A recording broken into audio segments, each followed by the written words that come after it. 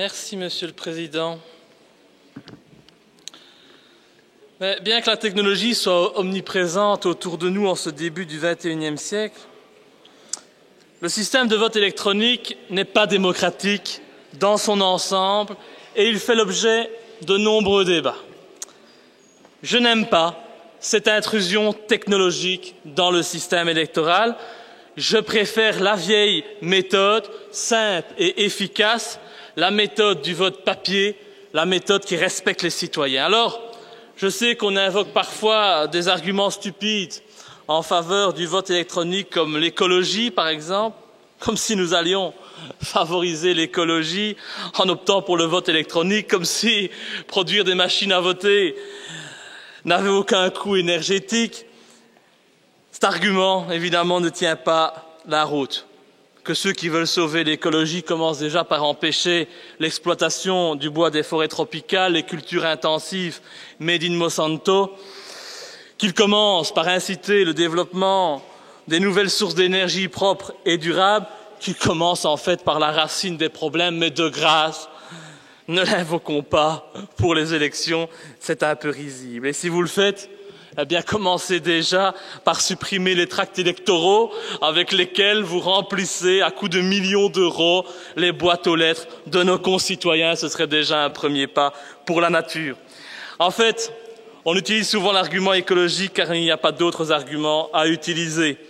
Vous n'allez quand même pas dire que le vote électronique est pratique parce qu'il permet de bien alimenter les soirées électorales à la télévision. C'est vrai, avant, ça prenait du temps de dépouiller. Aujourd'hui, un petit coup de baguette magique et on a le résultat qui tombe pile poil pour l'émission de la soirée électorale. Comme par hasard. Mais bon, j'imagine que c'est une coïncidence. Allez, ne cherchons pas d'excuses.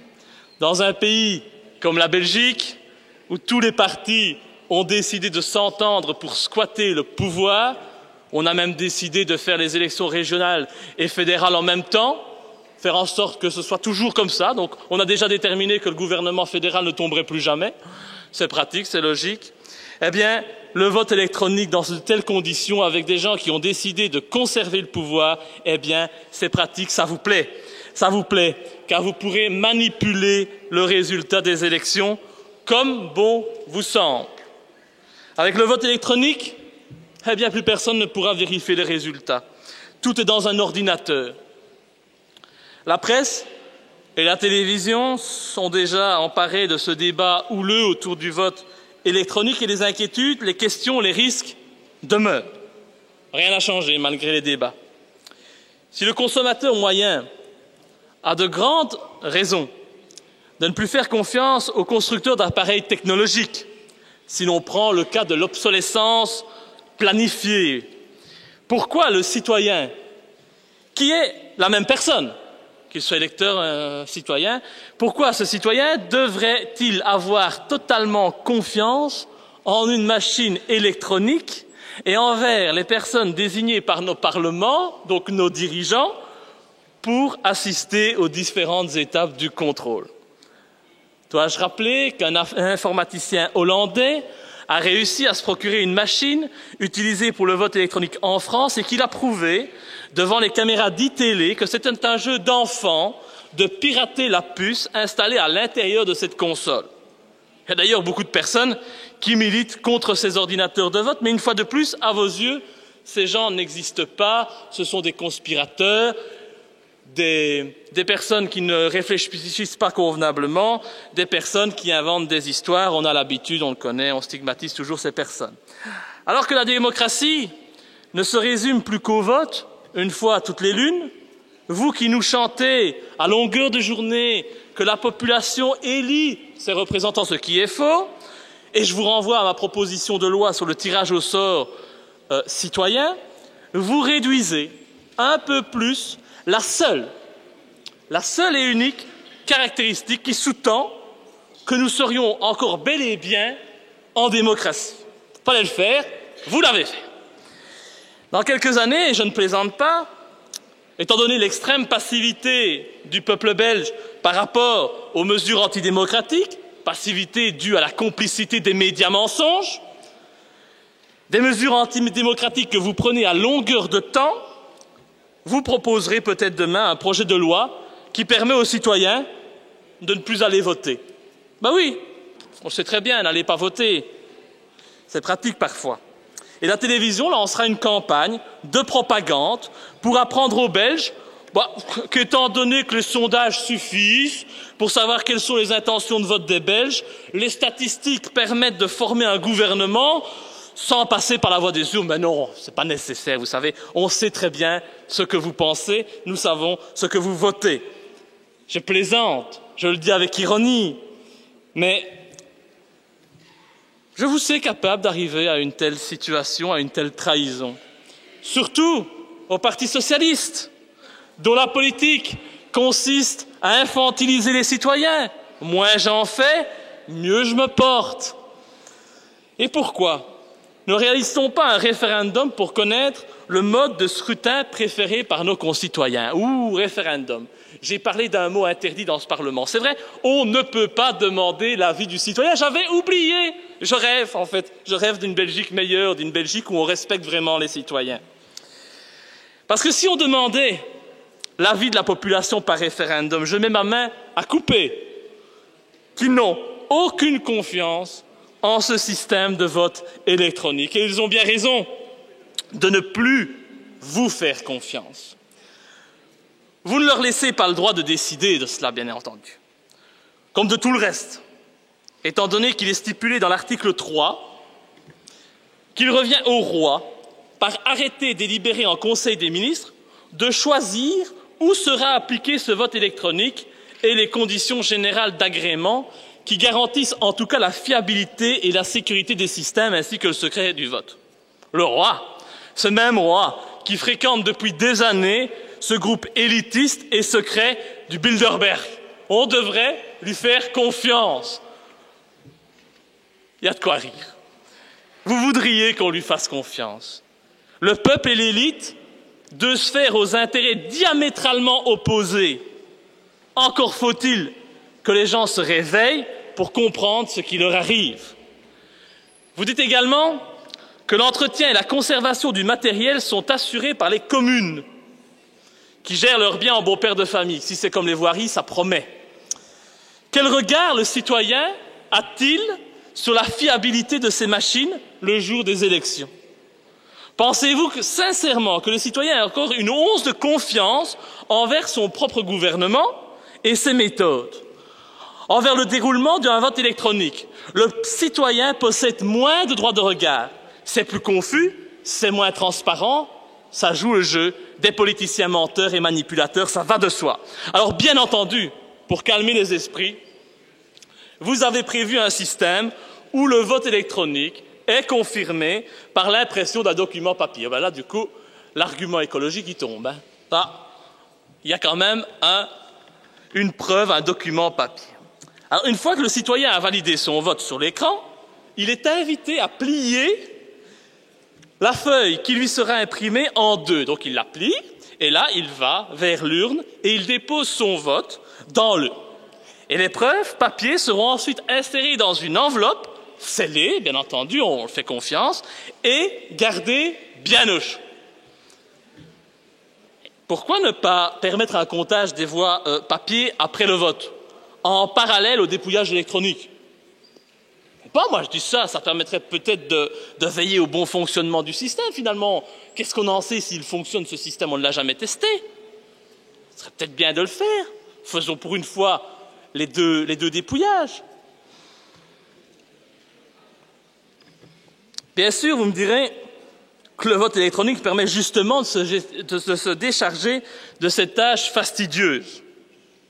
Comme si il était grave de demander aux citoyens, une fois tous les 4 ans, de perdre une soirée ou une après-midi pour réaliser le dépouillage et se sentir de véritables citoyens.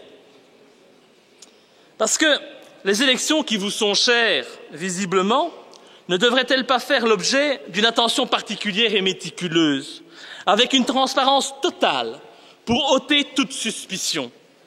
Un contrôle par des citoyens est, selon moi, le seul gage du respect démocratique. Les politiciens, je les connais, je les fréquente depuis longtemps. Comment leur faire confiance? Comment vous faire confiance? Je ne vous fais pas confiance. L'article 17 nous dit que c'est au ministre de l'Intérieur ou à son délégué. Non, non, non, je ne suis pas un politicien comme les autres. Je n'ai rien à voir avec vous. Vous êtes des politicards. Moi, je défends les citoyens. Je ne suis mêlé à aucune affaire. Je n'ai qu'un seul mandat, moi, messieurs et mesdames les socialistes. Je ne multiplie pas les mandats. Je ne suis pas là pour m'en mettre plein les poches sur le dos des citoyens qui, eux, meurent de faim. Ne me comparez pas avec vous. Vous ne pouvez pas comprendre. L'article 17 nous dit... Bah oui, mais déjà, vous n'avez même pas la compétence intellectuelle pour me comprendre, donc je comprends. Ouais. L'article 17 nous dit que c'est au ministre de l'Intérieur ou à son délégué qu'il incombe d'élaborer les logiciels électoraux et de publier, dans la semaine qui suit le jour de l'élection, ce dit logiciel sur le site internet du ministère de l'Intérieur. Ben, pourquoi ne pas le publier une semaine plus tôt? Une semaine plus tôt, afin de permettre à ceux qui le désirent d'étudier le fonctionnement de ce logiciel.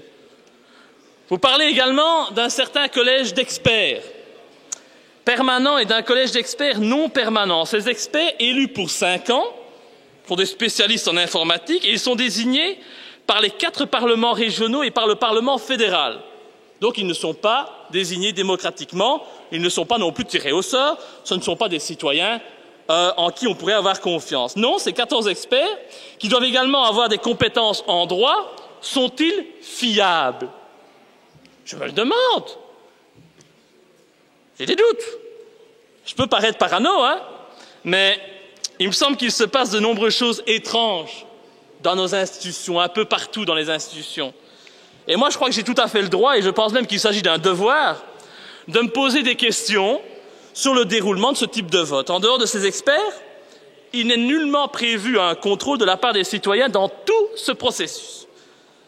Par ce système, vous êtes donc parvenus à retirer aux citoyens tout contrôle sur les élections. Vous volez nos libertés, vous faites honte à la démocratie. Alors qu'aucun citoyen n'entre en compte dans les étapes de contrôle des votes. Les experts ont quant à eux, et comme mentionné à l'article 25, la quasi-totalité des tâches qui consistent à contrôler le bon déroulement des élections. C'est bien pratique. Il faudra un petit temps, j'en suis persuadé, mais le citoyen se rendra bien compte un jour ou l'autre qu'il se sera fait gruger, une fois de plus. L'alinéa 3 de ce même article nous stipule d'ailleurs que les experts sont tenus au secret. Ah, le secret! Toute violation de ce secret sera sanctionnée, conformément à l'article 458 du Code pénal. Mais vous ne vous rendez pas compte qu'on en a ras-le-bol de vos secrets. On en a ras-le-bol de ces mensonges, de ces cachotteries. Nous voulons de la transparence. Transparence. Ça va, vous avez compris chez les socialistes, transparence. Oui, mais je ne sais pas, parce que des fois, halogène, vous ne savez même pas ce que ça veut dire. Donc, je me dis peut-être transparence, finalement. Peut-être que vous ne connaissez pas, vous ne l'appliquez pas, vous ne la pratiquez pas depuis des années au pouvoir. Non, je me demande. C'est surtout qu'on a quelque chose à cacher. Et j'invite les concitoyens à prendre connaissance de la méthodologie que vous préconisez en lisant cette proposition de loi organisant le vote électronique, avec preuve papier, et s'ils ont le courage d'aller jusqu'au bout, étant donné la lourdeur du jargon employé et des mentions récurrentes aux différents règlements, aux dispositions légales existantes, etc., ils s'apercevront qu'ils n'ont aucune place dans le processus électoral, ni concernant le contrôle de la fiabilité de ce système, ni concernant le contrôle des scrutins finaux. Le dépouillement manuel est pourtant si simple à mettre en œuvre, comme si nous n'avions pas su voter auparavant, comme si nous avions besoin aujourd'hui d'une machine pour voter. Le dépouillement manuel, il était concret. Et c'est pour ça qu'il est difficile de comprendre les raisons profondes qui vous motivent à le faire évoluer de la sorte. Enfin, si, je les comprends, après avoir pu découvrir durant ces 4 années passées à vos côtés le mépris que vous pouvez avoir pour le peuple et la démocratie. Et je suis un accident de la démocratie, comme l'a si bien dit M. Flao. Je suis, mais je suis fier, M. Théry. Je suis un accident de la démocratie, et c'est peut-être la seule chose intelligente que M. Flao ait dit durant cette législature, et cela est lourd de sens. Un accident, oui, un accident. Pourquoi? Parce que je ne respecte pas les règles de ce système pourri et corrompu. Un accident parce que je ne me fonds pas dans un moule. Un accident parce que je combats cette pseudo-démocratie que vous représentez, qui réduit nos libertés fondamentales. Et permettons à un accident de se renouveler. Ah, on a déjà supprimé l'apparentement. Aujourd'hui, le vote électronique. Comme ça, on peut mieux décider quels seront les élus qui peupleront ces sièges et cette assemblée. Oserait-on, si je suis toujours en vie d'ici là, me laisser être réélu quand on voit le traitement, ou plutôt l'acharnement médiatique dont je suis victime? Il y a pourtant de nombreux Belges debout avec moi. Je crois que là, ils sont assis pour le moment en salle d'audiovisuel. De nombreux Belges avec moi à attendre un véritable changement dans ce pays. Des Belges qui attendent d'autres élus. Des élus qui portent un discours de vérité, de sincérité, sans les tabous que vous vous fixez, pour bénéficier de représentants plus justes, plus à l'écoute et faisant preuve de bonne volonté. Cette frange de la population mérite d'être entendue, d'être respectée, d'être représentée, même si je crains que le vote électronique n'ait que pour seul et unique but que de vous permettre de manipuler le résultat des élections pour mieux vous garantir votre place au soleil, mais surtout pour préserver ce système que vous défendez parce qu'il vous nourrit, mais qui pourtant est à bout de souffle. Je voterai donc contre ce projet qui retire à tous les citoyens son droit élémentaire de contrôle des élections.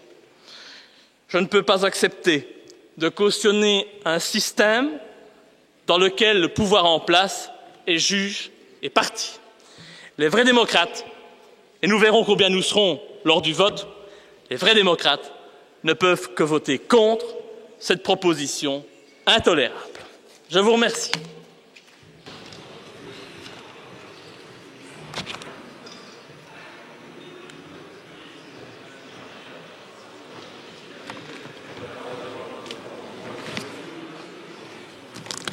Je n'ai plus d'intervenants, Madame la Ministre. Non. Dans ces conditions, la discussion générale est close. Article 85, alinéa 4. Le projet compte 35 articles, aucun amendement n'est déposé. Les articles 1 à 35 sont adoptés, article par article, et le vote sur l'ensemble aura lieu ultérieurement.